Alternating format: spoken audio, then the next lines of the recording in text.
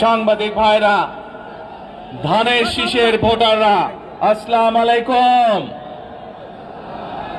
আসসালামু আলাইকুম। আপনারা ভালো আছেন নি?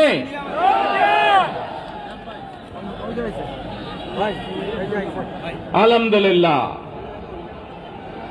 প্রিয় ভাই বোনেরা, এই যে আপনারা এখানে আজকে লক্ষ লক্ষ মানুষ আজ এখানে সমবেত হয়েছেন, এই লক্ষ লক্ষ মানুষ সমবেত হওয়ার এই পরিস্থিতি তৈরি করার জন্য হাজারো মানুষ প্রাণ বিসর্জন দিয়েছে গত 15 বছর।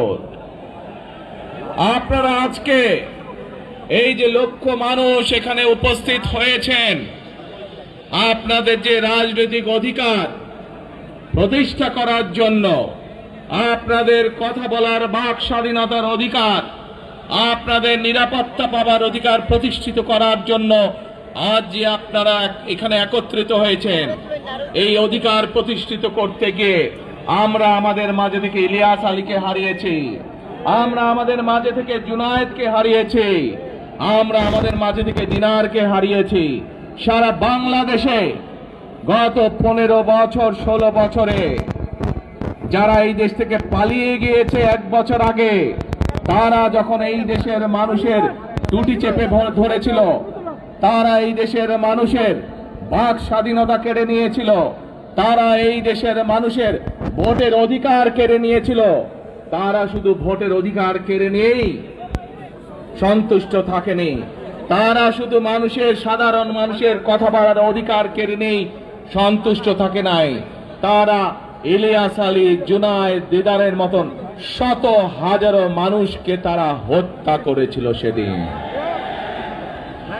তারা বাংলাদেশের লক্ষ লক্ষ বিএনপি সহ লক্ষ লক্ষ সাধারণ মানুষকে গুম খুনের মামলা দিয়ে জর্জরিত করেছিল।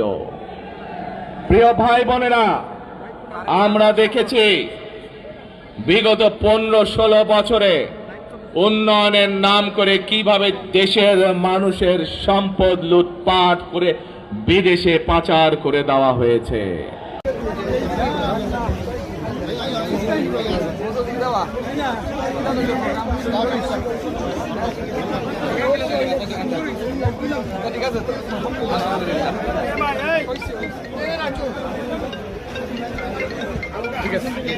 প্রান্তীয় নেতা, বিএনপির চেয়ারম্যান, মুসলিম জননেতা